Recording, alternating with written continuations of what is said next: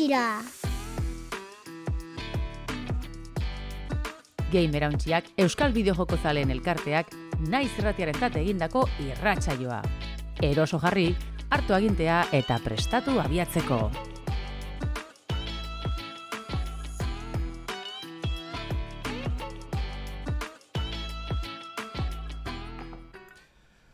Kaixo guztioi, arratzaldeon, ongi etorri Gamerauntziaren bosgarren demoraldiko eta 6. atalera, guztira 124. atalera da.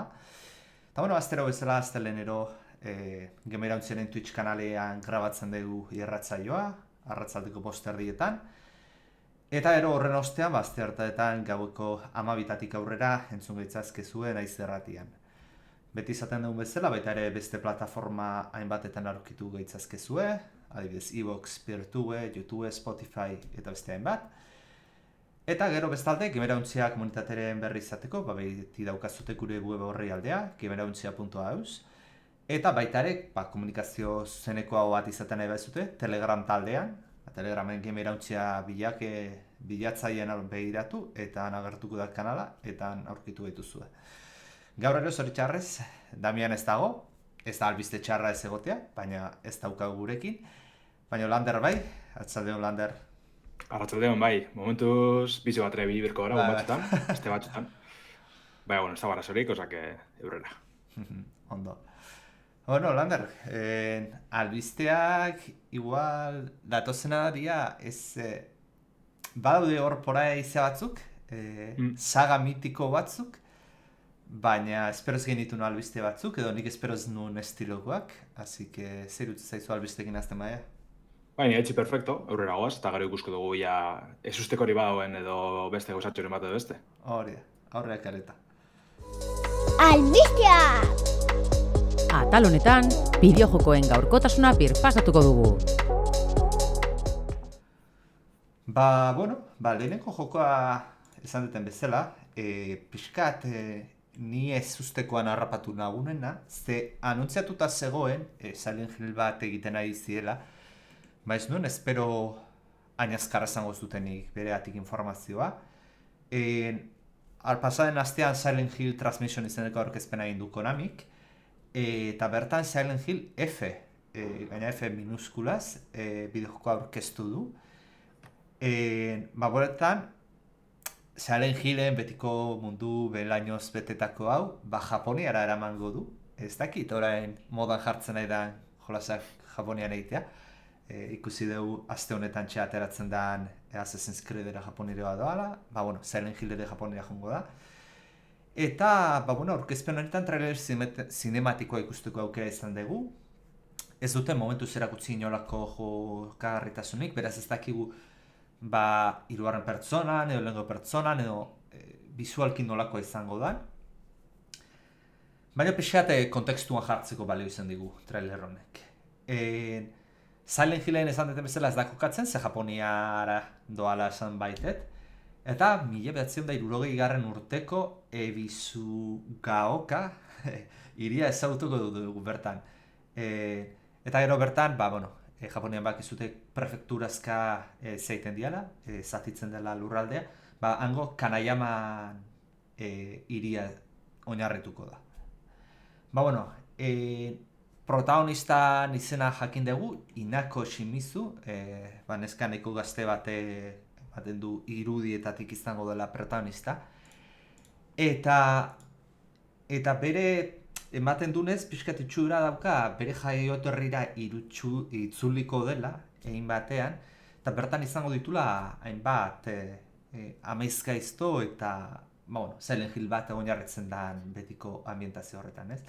Eta baita ere pixat ematen dunez kontinuista izango da, normalen jolas honek edo saga honek lantzen dituen gai inguruan, ez? Adibidez, pertsonak bakoitza dauzkagun zalantzak, bizitzan agertzen zaizkigun damuak, edo baita ere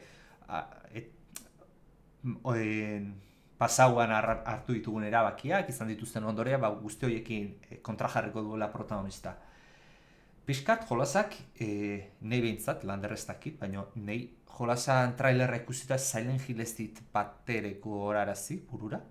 Silent Hillen ambientazioa eta Japonian inoiz honi bintzetdakiela Japonian ez da egon, eta pixate txokatzen du, ez? Gaina 1960 urtea, Japonia herriska kasi medieval estilo eramaten du, pixate elektriziako postiak eta baude, traileran ikusten dez, baina etxe oso egurrezko eta zaharra Bai, hori da, hori 60. hamarkadako, ez? 60ko hamarkadako Japoniako estetika hori nahiko mitikoa da, batez be animien eta ez munduen sartu garen ontzat.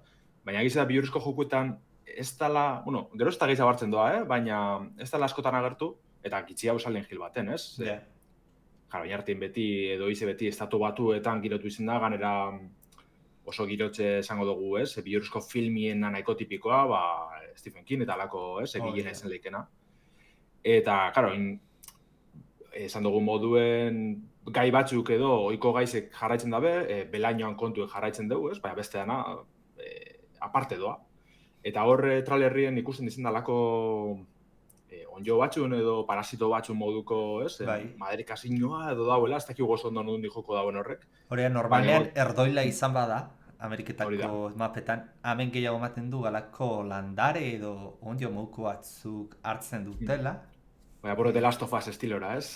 Bai, izan laizke. Edo dain dala gutxi estrenatuen Abouet, baita ere, alako landare edo pertsukoak daukatela zirikusia. Ba, bueno, esan dugun bezala, Silent Hill ohikoen atmosfera horretatik, Ameriketako atmosfera horretatik, pixkat separatu iten da, pixkat goratzen dizkigu Forbidden Siren edo Fatal Frame bezalako jokoak,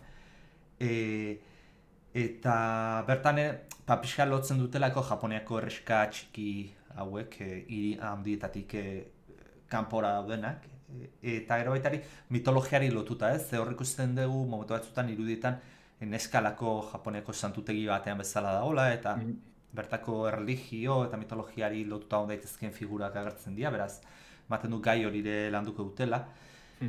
Bai, Xabier da, hori, niri Fatal Frame adibidez, jate inoz askori guzte, ez? Espaiko zuen gogoan da, hau kamarien, arrazki kamarien bilurrizko bideojokue, hainbat atalukiduz, 5 edo 6 esango neke, gitxe gora bera, oin gitxi begon ziren remaster batzukaz. Baina Forbidden Siren dala PlayStation 2ko sagaraiko mitiko bat, eta oso bereziz izan aganera, hori astute geratu da, eta poste dozte ez, hori gogorak hartzen daben joku bat egotien, naiz eta Silent Hill izan, naiz eta parte egon, posgarri zera barriro horra itzultzia. Hori da. Bueno, imaginatzen dezuten bezala, zeurazki beti bezala puzleak genditze izango da, jolas hauetan askotan horrela izaten delako, puzleak ebatzi garra, eta ero, beti bezala, beldurrezko jolas izanik, hartzen zezkiun beldurroiei aurrein behar izatea, ez?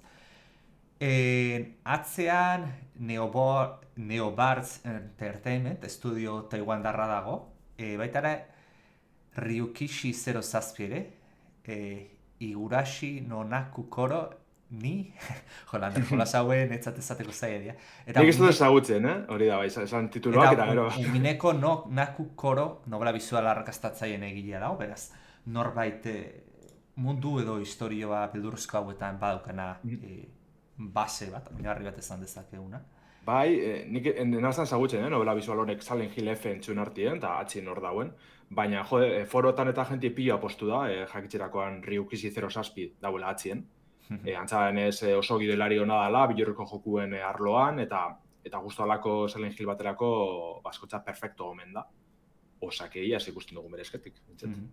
Kuriosoa, guionistaren izana ez izatea izena eta bizena, baizik eta nicknamea izatea. Baina, bueno, igual anonimatua nahi du mantendu. Hori gidoiare aldetik, Silent Hilletan garrantzitsua, musika. Honetan Akira Yamaoka musika itzuliko da. Super mitikoa Silent Hilletakoa. Nahi Silent Hill bidiko soinu banda pila gustatzen zait, beraz, albiste ona alde hortatik. Eta, gogoratu hor du pixkat Silent Hillena hasiera baten esan dut ez gendula espero, ze orain denbora bat anuntziatu zuten Silent Hill berri bat egiten nahi ziala, baina zuten irudirik eta eragutzi. Erakutsi zigutena bere arrai hartan izan zen Silent Hill 2aren berregitea, non kararizko balorazioa jaso dituen, bai jarraitzaileen aldetik eta baita prentsaren aldetik ere. Beraz, alde horretatik puntu positibo bat izan da izakegu. Eta gero oraindik baita ere itxoeten gaude Silent Hill Townfall inguruan. Ze hau no-code estudioa garatzen nahi da spin-off aventura bat da. Gainera orain dela gutxire lander estrenatu zen, ez dakit plataforma guztietan, baina PlayStation bostean bai, gogoratzen nahi Silent Hill, Ascension uste osala, ez da? Olako zesan. Ascension edo... The Message, olako zerbait izan. Bai, igual bai. Ura bintza desastera absolutat defentzan. Nik irakurri nuen jende guztia izan zuen txarra zela, eta leheno sartu naiz konporatzeko, porque nire percepzioa izan, baina aseguratzen nahi nuen, eta sartu naiz Open Criticera, eta bastante nota txarra duka. Hortaz, egia da, hori atera zutela kasi demo bat bezala, jendea pixkat tentatzen azteko. Bai, berotzen joateko, hori da. Baino, bueno, espero ezagun hori ez dela zeaiten, bideo horretatik ez dutela jarraitu, eta jarraitu dezatela Silent Hill 2-aren berregiteagatik, eta baita ere jendeak esan horri ukuisi 0-7 hori, guionista ona dela, horrelako jolas baterako, alde horretatik, alde horrei heldu beharko diogu ez esperotzeko katastroferik. Momentuz, trailer zinematikoa berakutzi digute, eta ez digute argitalpen datarik edo urterik ere esan, zikera. Hore, plataforma bai izan dizkigute, PC izango da, PlayStation 5 eta Xbox Series gailuak. Beraz, generazio berrikoak etorko dira. Nintendo Switch 2 oraindik ez dute esan. Ez dakit aterako luketen, porque joko bat... Ez dut esango ez dela Switcherako plataforma, baina arraro bengo litzaiak Switch 2an ateratzea. Bueno, gaur egun espitxe, Hori egia da. Switch 2ak zaukan pertzepzio hori de umeentzako jolazadia eta helduentzakoak ez daude, hori kendu zaio, así que... Bai, eta gaur egun orokorrien ez multiplataformara bideratzen da belez alako enpresa handidanak ja orokorrien ez da mugari jartzen. Igual asko bai hasi dire Xbox alboratzen, baina bestela gaur egun oso normala dalako beldurrezko edo gore jokuek be Switchera heltzia. Osea que nik pentsen aiot, tan ondo badoa batez japoniera izen da. Silent Hill F hau ikusko dugule baitze Switch bizen. Nahi bildurra mateit, Lander, egia esan behar dut. Nahi Japoniako ambientazioa jolaz oso gutxi batzutan gustatzen zait.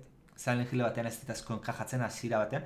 Gero agian atera eta ikusita edo jolastuta asko gustatzen zait, pero hasiera batean ez nago asko erakartzen.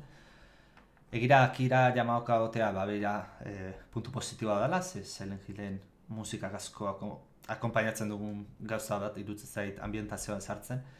Eta horri ukixi horrena, zuk etzen nuen zautzen, nik are gutxiago, así que espero beharkoet jendearen iritzi hori zuzena izan daiela.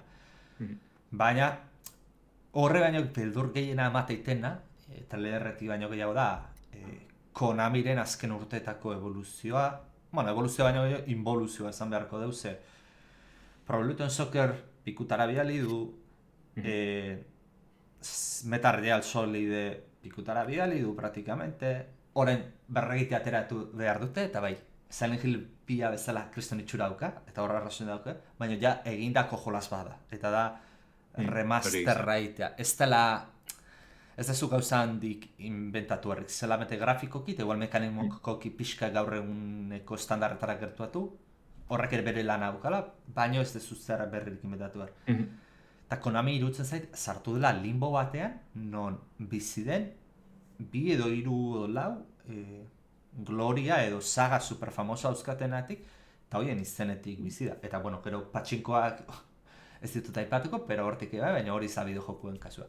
Bai, nik uste hori dala berez, gondire urte pilo bat, patxinkoatan eta alako merchandising bidez, edo remaster sarran bidez, batez be Castlevania eta alako, edo zezukuru. Castlevania. Supermintikoa. Azken urtietan nahiko bildumak etatzen joan dire hainbat kontsolatan, plataformatan.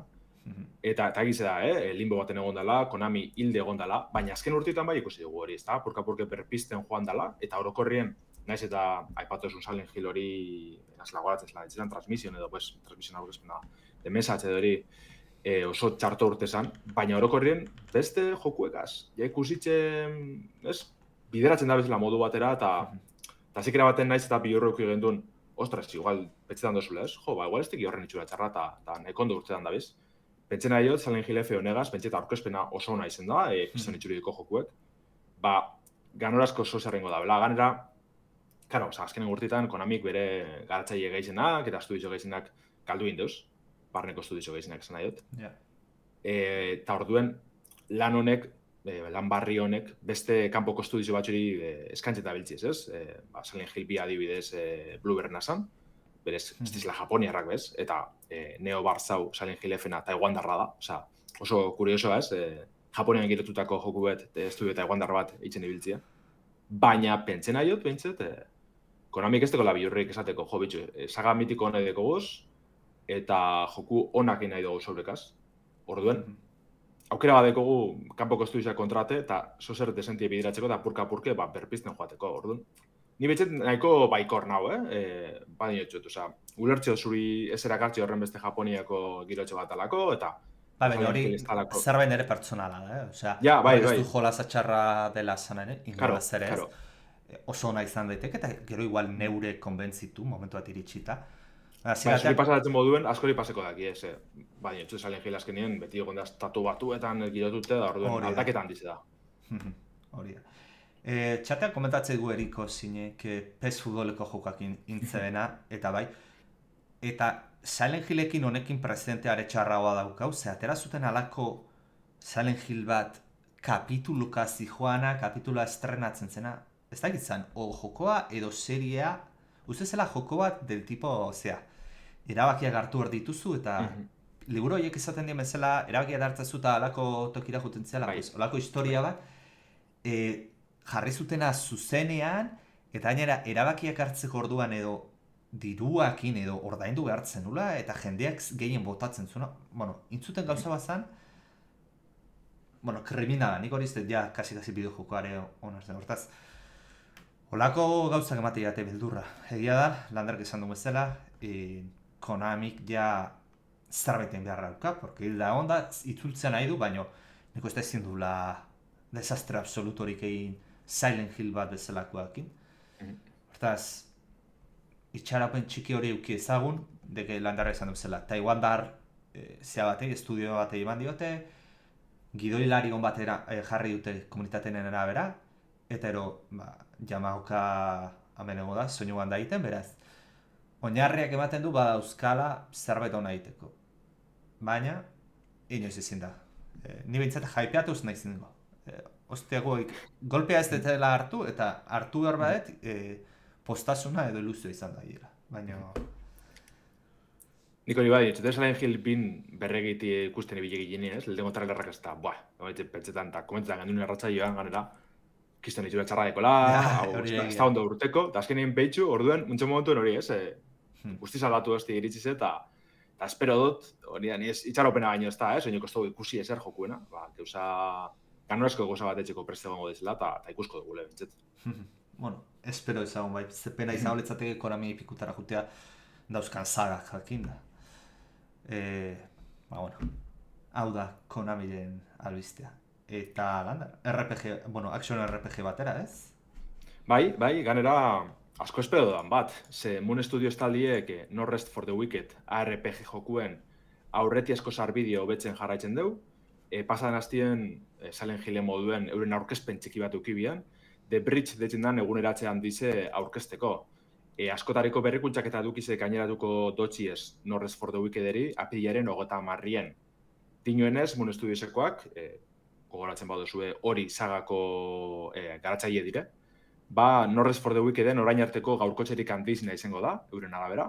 Eta denetarik gehiago prestatu dabe. Kampainan ditzuko dabe, misioak, kokalekuek, arerizoak eta buruzak izadek egitxute, depresion aldetik. Ikusi duguz bidizoan alako baso moduko girotziek eta bestelako leku batzuk, nahiko itxurona dekirak. Baina estilo horretara mugatuko, ze komunidadien feedbacka jasotzen dabiz, oin urtebete kaleratu zen aurretezko sarbidien, eta printzipioz kasu eitzen dabiz. Eta aldaketaketako bat da gure pertsonaia mota eraikitzerako orduko jarraipena aldatziena.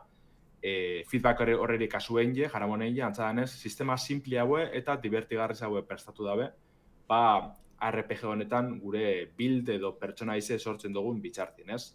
Adibidez, etxaizek itxitako ekipamendue, gure mailen araberakoa izango da metik aurrera, lehen pasea altzan antzadanez, kokaleku baten lortzi gure maile baina askoz altu haue edo kontrako askoz basu hau esan ekipamendue, eta orduen antzadanez, horrek enbuga piloa sortzen bazan, eta jente izan posik egoten. Eta ganera, ekipamendu berbera, itxuraz ekipamendu berbera, indartut topeko dugu jokoan aurrera egin ala. Ze oinartien, guneka banatzezan ekipamendu hori, orden imagine, zuri esko guztien adatxun armadura mota bat, hasikerako gune baten, garek ezin zen duen aurkitzu, eta, klaro, puntu batetik aurrera, ez txun maiek emoten, ez? Esan horren ona. Horren hori dana, aldatzen doaz, eta bentsete, kasu etxen da, ez? Esan dute moduen komunitatieri. Ganea horrei lotute, bizitza kalitateari lotutako askotariko bekuntzak eta aldaketa txikizek ikusiko duguz, bestiak beste, kutxetan objektu gehiago gordetxie, edo gure etxerat, protagonisten etxerat, teleportatzeko aukeri, ez? Azkenien, aldaketa txiki asko, baina oberako antzadan, ez? Aipatu dugu zen beste eduki danakaz. Munduan ditzen jungo dire, eta aldi berien, olako gauza txikitsu danak, hobetzeko asmoa dago. Soinu bandie be kasu honetan, izen da No Rest for the Wickeden beste izarratako bat, Silent Hill F-en Akira Yamaoka buelteko da, eta Moon Studiosen bideojoku barri zen, Gareth Cooker musikagile batuko dakie, hori zagan soinu bandi sortu eban musikagile, oso maitatue, oso balorazio ona jaso basena bere gara izen. Orduen, horregaz beste alor hantibet itxitxe geratuko da, perez oso itxurona dekon bideojoku honetan. Baina, aurretiazko sarbide da, izan keizau gehitzeko asmoa dekie, zon dinosteko argitaratze datarik, antzadan ez luzerako doaz, baina hurrengo egunerak eta handizen zer gehitzuko dabe, aipatu dabe. Kooperatibo atorriko da, berez jente pilo batek eskatzen ban gauza bat, eta hasikera batetik, iragarretxe gondana. Baina antzadan ez, apirileko adabaki honen, debritza adabaki zen aurretik kaleratzeko ezaugarri bat zan, baina pentsa da benagaitzik, gehiago txukundu gure dabe, eta apurka-apurke hobetzen joan. Baina hurrengo helburue, hurrengo helmugie, hauze izango zan, 4 jokalari elkarrega zibiltzeko aukerie gehitzute. Horren hostien aipatu da benez, PC-era bakarrik mugatu beharrien, ze aurretiazko sarbide hau, early access hau, PC-erako bakarrik dikogu, beste kontsolatara eruti bizango zan asmoa, oraingoz PlayStation 5 eta Xbox Series aipatu da bez, printzipioz basango dugu urte bukaeran, edo atorren urterako plataforma moduen, baina, barriro, Switch PC seguruenik ikusko dugule, pentsena jogu, bentset kaleratu hostien, eta jokuek izatu hostien. Zuntxo momentu Nintendo korbadeko, hori olako gauza raro bat, nun mundu guztizek espero deu, Switch pirako jokuek edo bertxinak egoti, bentset Switcheko jokuenak. Baina inok ezin dugu izatu berez, orduen enpresasko ikusten duguz, bakarrik Nintendo logoa jartzen euren trailerretan, Switcheko logoa jarri berrien, edo Switch bikoa, Nintendo logoa jartzen da bakarrik eta lakoak. Orduen, erdi debekatute dago, baina ezin da izatu. Orduen, pentsen nahi dugu, hori, No Rest for the Wicked, Switch pirako be, egongo dala. Baina beste albizetxu bet, iragarri da beganera bukatzeko, ze bideojoku argitaratzeko orduen, Moon Studiosek independentzia osoa eskuratu dugu, antzadan ez. Oinartien, Take-Two enpresien Private Division, indie jokuen argitaratziegaz, akordizo bat eukidabe, itxartut egon da, No Rest for the Wicked early access fazien mantentzeko eta kaleratzeko, ez? Oin, eurek bere ganatu dabe lizentzize, Moon Studiosen da guztiz, eta antzadan ez, eure dinoenez, taldiek nahi daben ikuspegize inolako mugarik gabe eskaintzeko aukeri edeko oin. Aipatu dugu moduen, No Rest for the Wicked, iazko apirilien hasi zan, kaleratu zan, aurretezko sarbidien, hostien, ustaien, The Crucible izendeko lehen eguneratxan dize jaso eban, eta ontxe, apirilaren 30 The Bridge izendeko bigarren eguneratxe edo gaurkotxean dize jasoko dugu. Ez baduzu zagutzen, da, alako Dark Souls eta Diablo batzen da bezan fantasiaz ilunezko bideojoku bet, RPG bat, ikuspegi isometriko ikuske dugu, baina aldi berien, akzinora bideratute hau, saizte mekanikakaz, borroketan hori bilko gara ez, gu erasoak eitzen, eraso berezizek erabiltzen, oso estetika berezizegaz, niri egizizan asko goratze oste Arkane Studiosen ez, Prey edo Dishonored eta lakoan atal estetikoa, batez be pertsonaizen diseinuak eta. Eta niri bentset piloa erakartze oste, kriston itxuridiko bideojokuek, ganera Moon Studios badakigu oso nadala, bi horizek kristona dira, orduen.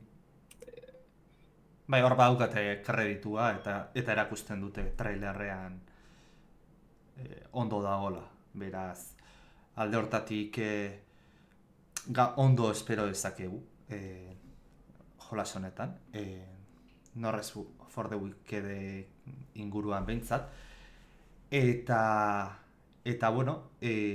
nik hemen zaunuke gogoratzen dit, landarak esan duen bezala, egia da Dark Soulsen itxura hori daukala, eta Diabloren are bai, barkatu Lander.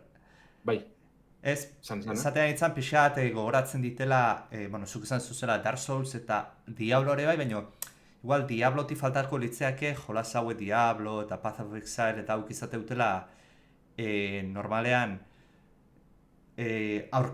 toki askotan aurkari pilat etortzen zaizkitzu, hordak bezala. Eta hemen ez du maten hainbeste hori hartzen duenik. Egia da, bizta isometrikoa hori daukala Diablo da bezala, baina gehiago maten du mekanikak Souls batetik jungo diala. Bai, hori, errendimendu aldetik nahiko kriminalan jatela aipatu behar dut, Bai? Bai, Steam Deckan jolastu bakarrik, hasi bili portatilen, baina egizera jokue, hasi gizen menuen, ja ikustezan errendimendu aldetik oso eskaz doala, eta grafikoak beraino bajatune bazan, hori ze pentseu, Steam Deckan maigaineko, modu eraman garri segaz, dala bere izmena sortxireun pekoa, grafikoak minimora bajatute, AMDen FSR aukerie topera aktibeta ultra performance jarritxe, osea, horretxe jolazten gitxe gora bera, berreun pera esango dugu. Bai, Eta grafikoak topera bajatute, eta landa espazen mantetzen 30 FPS-iek, orden, holan momentu ezin leke ulertzeot, early access bat ala, baina jode... Ezin da hain gezkire egon, early access bat. Hori da. Eta gana okerrena da, deck verified dekola, osea, berez prest dagoela, ez? Hoxe joan galdetzea, igual izan zitekela decken gezki joa, eta PC-ko jendearen iritzirik edo egon da? Ondo di joan edo gezki? Bai, ibilitzen irakurtzen, zaneman probe portateien, ja, azarratute gonetzen ez, baina zinintzen irakurtzen forotan, eta orokorrien errendimendu arazo nabarmena dekozela momentuz, orduen besterik barik, itxarango dugu, egitze da, normalien optimizazio gauzak eta azkenengo, jokuen azkenengo pausotan egiten dela, baina, aurretezko sarbidea saldu gure badosun ikusten minimoa dela, ontsa momentuen dekozun joku hori, naiz eta bukatu barik egon. Ondo funtzioneti ez, hori da eskatzen dugune, orduen oinarrezko kalitate bat izan behar du gutxien. Hori da. Eta joku ekriston itxurideko, eta ondino berotuten abil, erditente eta barri erosteko eta ala, portatien jolastu da, listo? Baina ez, itxaronengo dut, holan ganera eduki gehiago gaz jolastu izango dut, eta merezi badeu gehiago ordaintziek iztoz da orduen jarraitzen biherko da ez, iaslako gauza barrizek ikusten dugu zen, Norris for the Wicked entzat, eta iaslan datorren. Bai, itxura hona dauka, landarrak izan du bezala jolasak, baina itxoitea tokatzen da, ondo ateratzen den ikusteko. Espero ezagun baiet, ze aurreko bi hori, Moon Studioren hori bat eta bi ondo aterazian, eta errandimenduz eta oso ondo zijoazen, beraz. Sinisten dugu jende honengan, baina ez da presente ona early accessan geski ateratzen danean. Egiz da, igual hori bi estrenezanien, bai uki bazela, rendimendu arazo batzuk okerrezpan abien. Bai, Uste baietz. Ni bentsat ez ditun izan horretik izan dut, ez, baina izan daiteke bai. Hortaz, egia da nik ordenailu hona naukala, así que askotan ordenailu potente bat izateak ze hori emate izu, ez perspektiba txar hori esan daitekena, zezuk arazorik ez dauzkatzu eta pentsatzezu jolasa ondo dijoa, baina berez erdin mailako edo ordenailu normala daukan jendea igual oso gezki dabil, eta hortaz. Bai, eta bueno, da batzuetan kontrako paselek ebe bai, ezta? Igual joku bet, bardintxola ez lako ordenagailu kesun ona edo txarra, eskase biltzi, eta orduen, klaro, gama altueneko ordenagailu edekinak, ondino egurgezago moti ez da horren ondo, ezta? Horako pasan dizela, horra etzi dinot. Gerta izan da, jolazu bat, zuk edan zuen bezala, laukan jarri, eta gaizki doa, eta jarri 7-20pean, eta alare gaizki doa, ez dituzu FPS irazten da zatuzu, baina hemen non nahi dia eskapatzen. Baina, bueno, orduan amorru doble izatezu ordenailua ona izatea. Baina, bueno, bizitzaren kontua dira horiek eta ez dago besterik. Ba, bueno, hirugarren albastera pasatzen gea, albiste nahiko arraro eintzait, Lander, egia esan behar baet, ze ez nuen inolatik espero, olako zerbait gertatuko izanik. Ze, ba, bueno, Scopely enpresak, nik ez nuen ezautzen Scopely hau, baina niantik erosi du, niantik horatzen azute Pokemon Go, eta Monster Hunter Now, eta Pikmin Blooms, eta hainbat jolaz mugikorrakin eta errealitate areagotuakin indako enpresa ora. Ba, bueno, haiek erozitu, 3.500 milioi dolarren truke. Horrekin, enpresagin erosteakin batea, gainera, esan dituten horiek, famatuenak zeurazki diana, Pokemon Go, Pikmin Bloom, Nintendoren partetik, eta bestaldetik Capcomekin daukan egindako Monster Hunter No Wayek bere ganatu ditu. Bueno, bere ganatu ditu, edo Niantiken zatia zena jolas hoiena. Hori da. Gainera, baita ere, Niantic erostean lortu ditu nada bere ganatzea Niantic Campfire plataforma eta Niantic Wayfarer sistema ere, Scopelyk. Ez ditute ezautzen sistema hori izango dira, baina pentsatzet errealitatea areagotura lotuta daudenak izango diala, ze azken finean Niantic jolas mota horietan oinarritzen zelako. Hori da, bai, Wayfarer horti doa, eta Campfire da alako sare sozial moduko bat, euren joku gaz batera erabiltzeko, da gero puntuek lortzeko, gauza partekatzeko, alako plataforma moduko bat sortute dekia. Arritu nahuena, langare galbizte jartzean, Nianticek aurreko urtean, 2004an, aipatutako joko hauekin, 1.000 milioi dolarretako irabazia gainditu zituzten. Eta esan duten bezala, 3.500 milioitan erosi du Scopelyk Niantic. Horrek esan nahi du, gauzak ondo jungo alitzazke, orain arte bezalaxe.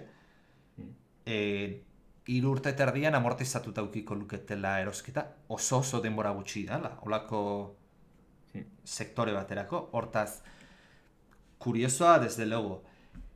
Baina, eta hemen dator ja notiziaren errebesamentua esan daiteken ez, Scopely bera ere, orain dela 2003an, orain dela 2 urte, beste enpresa batek bere ganatu zuen. Savi Games Group izenekoak. Hauek, 4.900 milioi dolar ordaindu zuten Scopely enpresa honetik. Eta ja, esan badeu, Scopelyz genuen lazautzen, Savi Games are gutxe osatzen genuen, albistetan ateraan arte informazioa atzeti da ona. Savi, Saudi Arabiakoa da, nik uste horri Saudi Arabiakin izenak jokatzen dutela, Savi. Savi Arabiako printze oinordekoa dan, Mohammed bin Salmanekin lotuta dagoen enpresa bat da, eta haien ez da ez zute ezautzen zein dan Mohammed bin Salman, baina gogoratzen bazute orain dela 5 urte baino gutxiago zango nuke, Jamal Khashoggi, periodista Arabiakoa uste zela, Turkiako nola Arabia Saudiko enbajadan sartu zen eta bertan hil zuten, esaten duten ez, eta segurazki bai. Arabia Saudiko gobernuaren aginduan ostean, Mohammed bin Salman honekin, gauza hauek ez zaizki gustatu Niantiken jarraitzaileei, ze azken finean jende honek hartzen baitu beraie gustoko jolasaren enpresa hori. Eta gainera, Mohammed bin Salman, bestelare giza eskubideen urraketa askori lotua izan da. Hortaz, ematen du, arabiarrak askotan azkenaldean ikusi ditugu, ez? Gauza asko egiten nahi diala, kirolak eramaten nahi dia, zeiteko, irudia garbitzeko, baita ere sartu dira turismoan, eta beste zenbait zuzetan. Ematen du ja lehenengo bideojokoetako inbertsio handia indutela. Aurretik bebai, SNK adibidez, SNK japoniarra, Arabiarra erosi zuten? Enpresa zatipo garrinek, Mohammed bin Salmanek. Aspalditzi ganera, bai. Beira. Pentsatzet ez dela guztoko izango, jende asko entzat. Tipoa niretzat ez da guztoko tipoa, para nada. Realitatea hau da, neko rokanboleskoa, Lander, esan duten bezala, gehien harritzen hauna da, 3.500 milioietan soilik erostea, non aurreko urtean 1.000 milioiko irabaziak aurkeztu dituzun. Igual aurrek puspenak ez dira horren onak eta hori izan espero dugu ametik aurrera Pokemon Go berantza joatia izan lekela, edo igual Nintendo deko beste asmoren bat Pokemon Go gaz, edo Pokemon frankizegaz, eta Go sarkitute geratuko da, edo ez dakitze, igual ez eleko lakore konturen bat. Egia da, eta Landerrek esaten du, zaharkituta gerako dela, eta nik epetzatzen nuen ja Pokemon Go nino horretzala ebliko. Baina, erabiltzaile kopidei daukionez, hilabetero, 30 milioi jokalari aktibo biltzea lortu zuten, eta Pokemon Go esate baterako aurreko urtean, 100 milioi erabiltzaile bakarreko langa gainditu zuen, hau da lokura badana, hortaz. Bai. Egia da baita ere, askotan esaten deuna ez, mugikorran plataforma askotan ahaztu iten deu, ze pentsatzeulako jolas handiak ez dira ateratzen, eta bar, baina mugikorrak kasi munduan pertsona guztiek daukate, eoia guztiek. Eta orduan jende askorentzat ez daukatenak konsola bat edo ordenador erosteko dirua edo mugikorra balio diote sarrera bezala bidejoko eta hor merkatu oso importantea dago batipat garapen bidean dauden herrialdetan, badibez India, Turkia, Txina garapen bidean dagoena esatea ja oso motz geratzea da, baina bueno, horrelako espantzio handia izaten ari den herrialdeetan kriston tira dauka, así que Bai. Hortaz. Bai, aldi berien pasatzen da niretzako bentsete gaien mugikorra munduan. Dauz joku batzuk urte pila irauten da bezenak. Pokemon Go dala adibidez kasu, baina beste joku batzun arire edo beste genero edo modelo eredun arire. Oso arindoa aldatzen, ez? Konstantemente gabizeko joku barrizek bata eta besti jaten da bezenak. Baina bai, eraben norbaitek aipatzen dugu txati, Parreura horretik egin ditzen. Blizzarden, ez? Diablo kon aurkezpenien ikusi gendu jaso erina, don't you guys have phones galderina. Bueno, Diablo 4 iragarri aurretik, Diablo iragarri birien mugikorratarako, justo publikoan erantzun hori izan, ez? A ber, justo jolaztu gure mugikorratan, egizea Diablo eta alako frankizia handizek, badekila bere txoko egual mugikorratan, edo bideratu, baina jentiek beste sozer espero eban. Eta gu, segurunik emerantziean alde hortan gauz, ezta? Mugikorran tako jokueri, bai, kasu aldotxaguen, eta jolastuko dugu, baten edo bestetan, ondo dauzenetan. Baina horrekoren alako frankizia handizek eruterakoan mugikorran mundure, ez da inoz edo sogitziten kalitatezko emaitzarik lortzen. Pokemon Go asmatu egin ban, batez be, hori ez, lotute Pokemon Go azkenien errelatetarot areagotu egaz, etxetik kanpo komunitatin ibiltzeko ekintzaka. Gero pandemiare tokatu zitzaion parean eta horrek lagundu ziolan ikuste. Ze jende pila ibilizan, bideojokotan zero ibiltzen dana, así que... Eta egia da, eriko zinek ipintzen duna, ez? Zenbait jolas, Diablo bat raroa da, mugikorran ibiltzeko, baina beste jolas asko ondo daude mugikorretan edo tabletetan ibiltzeko, aldiz, aventura grafikoa bizi guztian point and clickak izan dienak, nik uste daik ondo enkajatzen dutela olako zebaterako, plataforma baterako. Beraz, baukate bere txoko bat hor, baina, bueno, ikusi beharko da.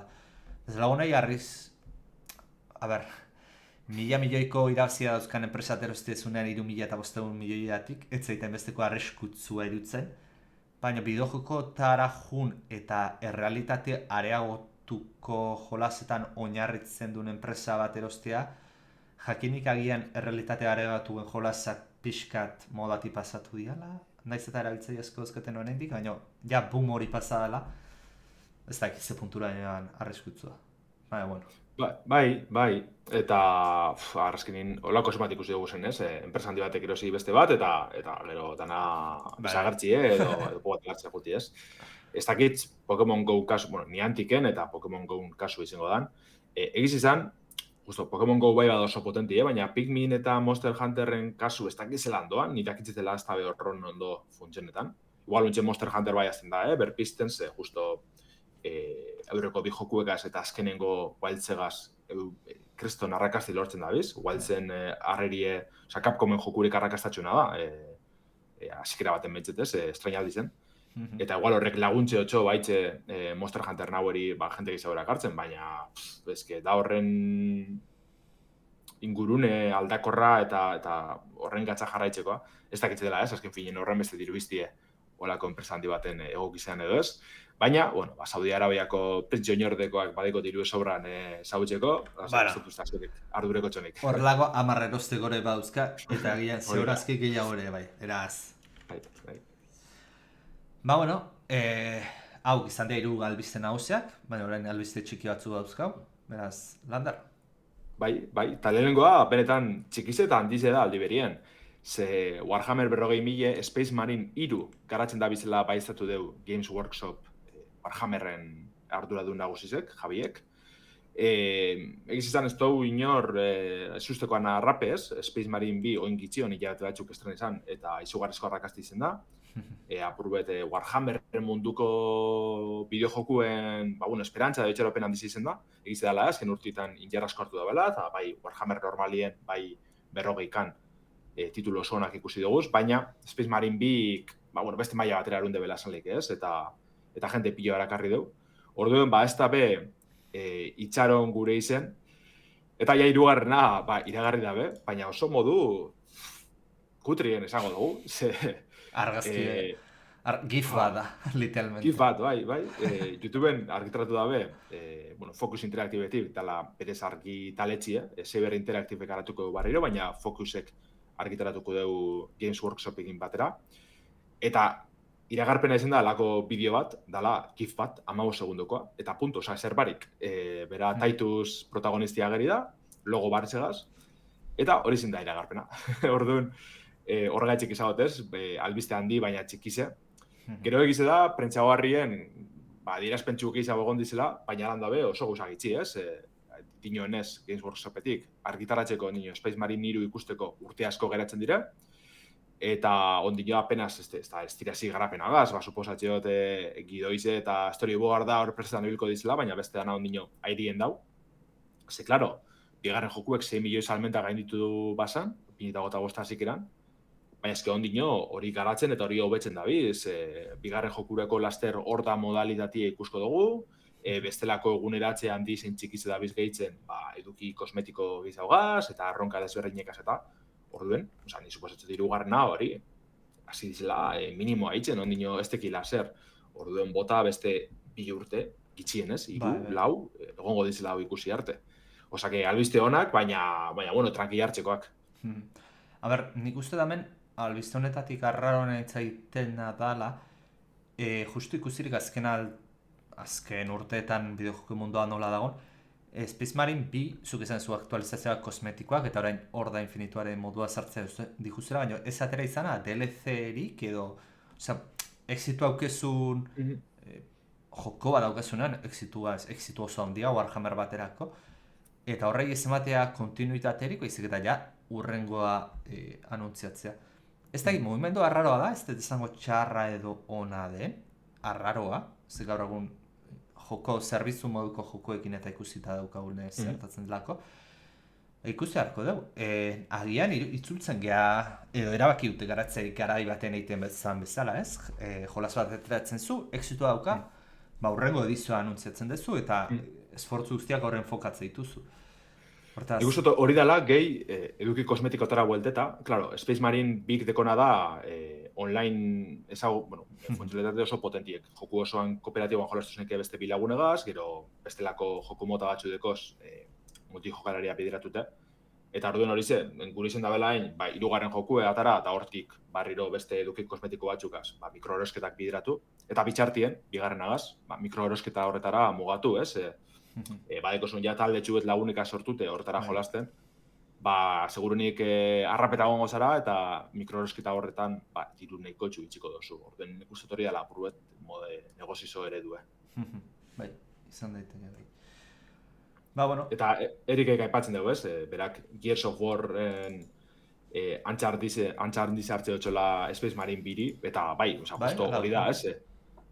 Space Marine bat, azkenien, kasi Gears of Warren eskin baten moduen jaitxo zan, 3. pertsona, sorbaldako kamariegaz, eta violentzi pilloa, ez? Monstruan kontra espasizotik, azkenien hori da, Warhammerran girotzi hartunde, azkenien urtietan Kriston Fami hartu daben frankizi bat, eta hori bideojokuen munduen, hainbat genero desberdinetan banatutako jokuek ikusi dugu, Warhammer aldetik. Ezagunena Total War Warhammer da, 3 egon dizela, eta ganea 3 batzeko aukeriagaz, horre lan ikaragarri zein dabe, egiz izan.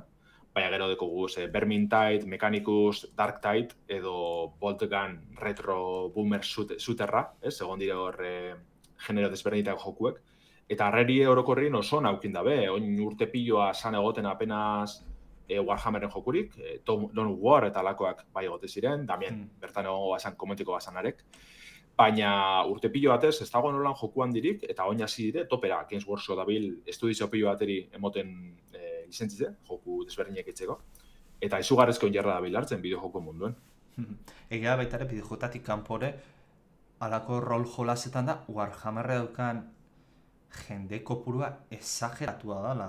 Zenik, hemen atzan ikusiko zute, baina irude impresorakin primitzekoan gauza bila jartzen ditzenean, fitxero diseinuatik, Warhammerrek dominatzen zuen, figura gehiena Warhammer unibertsokoa zian, eta pentsatzen joe, hanbeste da, baina, karo, gero jendea lanen eta zautu nun, eta bai hori figura, rol partiaz jokatzez gain, figura pintatzen dituna, ez dakizte, unibertsoa Txapelketa jokatzen dira ametik, ez dakriba da, Osea, jende pila ospatuti dauz.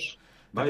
Jende hori lortzen maizu, bideojokora ere ekartzea, hor publikoa handi xamarra daukazu. Eta ero esan dugu, bia bezala, aprotxatzen maizu, Gears of War estilo eraitera, que jolas askoz daudena era horretan, Gears of Warre pixka dagoela itzalita edo gutxi ateatzea dituztela, pues daukazu tokitxo bat hor, ez daukazuna kompetentzia askorik, así que... Hori da, ganera Warhammerrek lore oso potentideko, eta hori behin da barriro edatzen dabiz, eta bideojokuk behorretarako balizo dabe, azkenin Titus hau Space Marineko protagonistie, oinartien ez dagoen ofizialki gehitzute Warhammerren historizoatan, baina, klaro, jokuek hartu daben errakastiegaz, Games Workshopekoak esan dabe, ja, tipo hau benetan existitzen da Warhammerren unibertsoan, eta ja historizo gabiz ikusten bere inguruen, adibidez, oin gitzi Secret Level honek bideojokuen antologia horretan Amazonekin bana labur desberdinekaz, animaziozko labur desberdinek, joku desberdinenak,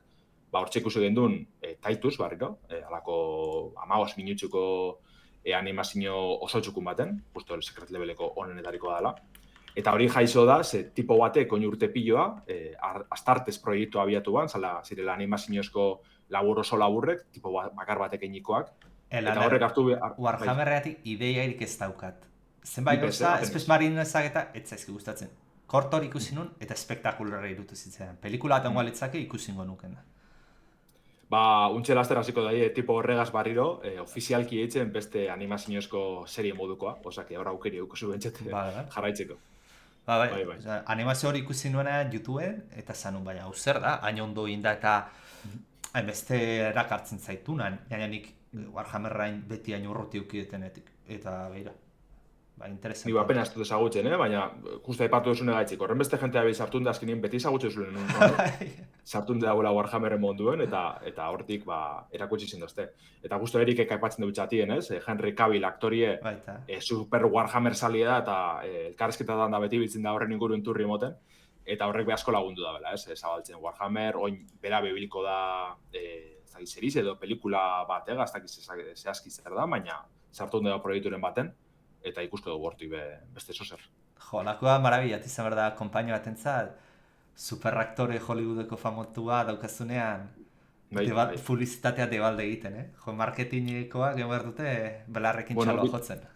Bitxo bero The Witcherren kasu, Netflixeko The Witcher, horrego zela Henry Cavill, azkenin asarratu egin zan, koizlik asarratu zan, ze espien Geralten eta The Witcherren unibertsoko ikuspuntuen jarraitzen edo defendatzen. Bai, eta azkenien aldendu izan proiektu hartotik eta dana po batik joan da, basikamente.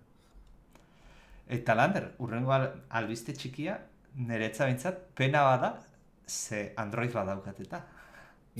Bai, nitzako bai, bizaga nahiko maitatu, bentsat bat nitzako oso maitatu, ikusko duguz Apple Arcade zerbitzuen, Katamari Damacy barrize, zein Space Invaders barrize jasoko duguz laster. Alde batetik, Katamari Damacy Rolling Life helduko daku, aspaldiko partez jasotzen dugun Katamarin joku barrize, izango da lehenengo joku barrize. 2017 estrenesan Amazing Katamari Damacy mugikorratan, eta hau izango da lehenengo barrize. Eta antzadanez, ez da berakutsi bidizorik, ez guzandirik, irudi pare bat ikusi zen duguz. Baina, moten dugu, Katamari zagien oiko mekanikak jarraitzuko da bezala, baina mugikorretara bideratute. Ez bakarrik mugikorretara, Apple Arcade mugikorretan, iPhone, iPad eta Apple TV-n bejolastu leike, edo Mac ordenagailuetan dalako arpidetza zerbitzu bet, eta bertan hainbat joku eskaintzen da bez, kasu honetan, esklusiboak. Oingo honetan emoten da banagaitzi Katamari Damacyn, Katamari esferie handitzen joango gara, hainbat objektu, gizaki, animali, danetarikoak zurgatuz, baina antza danez, eduki sortzaileen girotzi euko dabela moten deu, zuzenekoetan ibilko garela, ez? Jentirik kasu eitzen eta hauren proposatzen dozku izan erronkak betetzen, baina, bentset, proposamena oso interesgarria da, ikuste dugu ia gero zelan urtean handan. Eta bestalde, Space Invaders, dala, ez, beste saga mitiko bat, horri bildana urte pilo batez, Titan aldetik, jasoko dugu, deitzen dana, Infinity Gene Evolve deitzen dana jokue, Infinity Gene jokuen jarraipena izango dana, evoluzioan ardazten da, mailak, etxaizek eta ontxizek eraldatuz joango dire, jokatzen gabezen bitzartien. Antza danez aurrekoa oso ona izen zen, Space Invadersen jarratzaileek asko eskertu bien bideo jokue, eta honek nahiko itxuroan adekola esan behar da, naiz eta bakarrik iruti batzuk ikusi dugu zen. Printzipioz honek bizek apirilaren 3 jasoko duguz, esango dugu moduen Apple Arcade arpidetza zerbitzuen, beste hainbat joku gaz batera.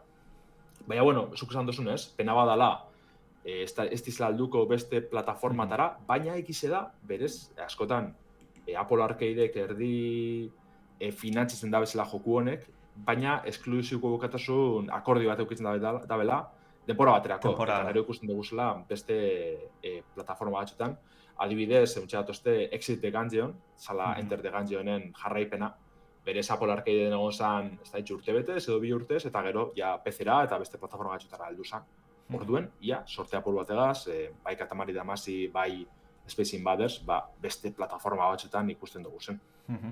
Leheno komentatu duguna, ez? Mugikorretako jolas bat, nik uste Katamarik enkajatzen dula, ez? Taktillaki mugitze hori. Eko erreza, bai. Ondo enkajatu lehizkela.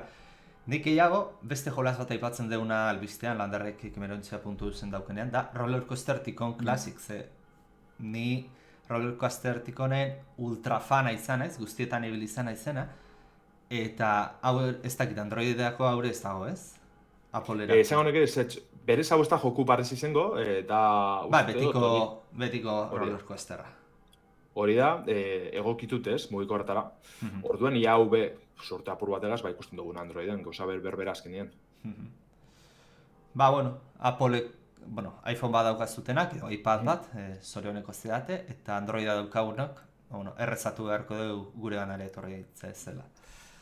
Bai, igual, aloan aipatxerren azkar, egitze da Katamari barribetik guzti posgarrez dela, baina antzadanez, oin egun batzuk, beste izen bat eukitze dekon Katamari barribet erregistrezan, esango neke Europako zera baten, lizentzian zerbitzu baten, Once Upon a Katamari deitzen da jokue. Orduen, igual egongo da beste bate, gaiu nagusitarako, osak, ni petxete kriston gogoa dekotez Katamari barribetik guzteko, eta ia. Lander, azteukara hontan, Counter-Strike 2 letu nun rekord absoluta batu hautsi duela, 1,82 milioi pertsona gehiagokin. Eta honekin lotuta, albiste bat, más o menos, jolasekin behintzat, ez? Bai, egitze da Counter-Strike 2, Global Offensive eta izugarrezko arrakazte duki dabela, beti euren arazoakaz. Baina, segurini Counter-Strike 1.6 da sagako jokurik mitikoena, ez? Ni bentsete horretan ibiltzen ditzen ordu pilo batez. Azken finen egize da beste jokuek hobiek dizela, eduki... ez gehiago, baina landu hauek dekizela. Baina 1.6 komunitate oso potente duki banatzien, mapa pila sortzen, joku mota barrizek, eta hor, zerbitzari pribatutan eta izugarrezko giro agotezan orduen, beti oroitzapen osonak ekartzen da esan joku beta. Hori berpiztie da CS Legacy proiektuen helburue, dala saliek prestatzen da bizen proiektu bet. Eta helburu da berez, Source Engine 2013 SDK garapen motori irabilitzea, da, Source originala hartunde. Counter-Strike 1.6 hori berregidie goitzik bera. Bideo labur bet aurkeztu dabe, erakusten zer moduko lana haitzen da bizen. Eta haitzen azkenin finien da, lako Global Offensive, baina 1.6, ez da esango dugu, oso itxuronagaz. Hori bai, berregite osoa da, eta kodie, irude baliabideek, mailak, pertsonaizek, interfazie, armak, osorik utxetik eureken je dauz. Eta esan behar da, erakutsi da benak oso itxurona dekola. Bai, esan duguna ez, 1.6 ultramitikoa izan da Counter-Strike, jende asko hasi ginena, eta motor grafikora, CSGO motor grafikora ekarriko dute, berrein dituzte hainbat gauza, eta hori eskartzeko izan bat, sobre todo, veteranoena gehanak eta jendezkoak nostalgia handia daukana ziez, bat puntu seiatik. Eukiko du berpizteko, berribiltzeko pixkat kalitate hobea joan. Arraroa entzitena, baina ez dakit ze puntutaraino librengoan, ez aprotxatzea CS-biko, Counter-Strike-biko SDK. Ez dakit hori publiko dagoen. Zagoneko ondino ez. Ez? Vale, hortaz ulargarria zeatik ez duten egin. Baina, bueno... Garera, egize, zelan erakarri jenti ez, bi mapa arakutsi da bez, bata Inferno, mitikoa ez, bai Counter-Strike bin eta dagoena, baina bestie pool day da, beti ziberleikuetan da bile ginen jolazten bat punto zein, dos agutzen dugu mapa txikitzuet, eta ja horregaz, berotzen hasi dire jenti ez, probetako. Esan bier da, proiektu luzerako doala antzadanez, CS Legacy hau ondin ez dugu ikusko, baina 2025 urtie bukatu horretik aurretiazko sarbidien kaleratzeko helburue jarri dut taldiek, orduen ia betetzen daben. Baina, klaro, doakoa izango da, azkenien source erabilitze eta ja, existitzen dan frankizi baten oinarritutako joku bedatz, sali naizen arren. Eta hori asmoa, erabilitze, Steam bera erabilitze, ze Valvek aukera hori emote dutxie, doan kaleratzi eta donok jolasteko aukeri emotia.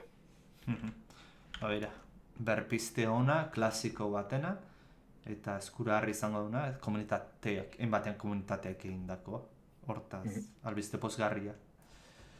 Eta azkeneko albiste motza, Lander?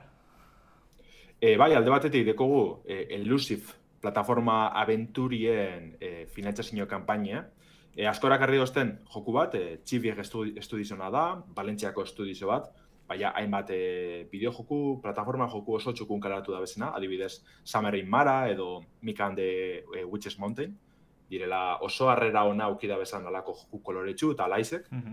Eta hori apurren manten dute antzeko joku bet sortzeko asmoa dekie. Kickstarter bidez finantzaketa kanpaina abiatu dabe, 2 orduko epien ja elmugie bete dabe, 40.000 euro lortu biesan. Eta ondino beste 19 egundeko guz eurretik, Kickstarter kanpaina normalen hilabetekoak izaten dira. Eta orduen ondino denpora pila dau ez, beste helburu batzuk lortzeko. Eta momentuz, 5.005 euro batu da bez, osake, zelan zenbatiru lortzen da bezan kanpaina bukatu horretik. Apuru bete testu ingurien jartzeko, Elusive da lako plataforma jokuet nun pertsonan niminoak kontroliko dugu zen, burun eukin alako Kiblin Studion Arrieti filmia adibidez.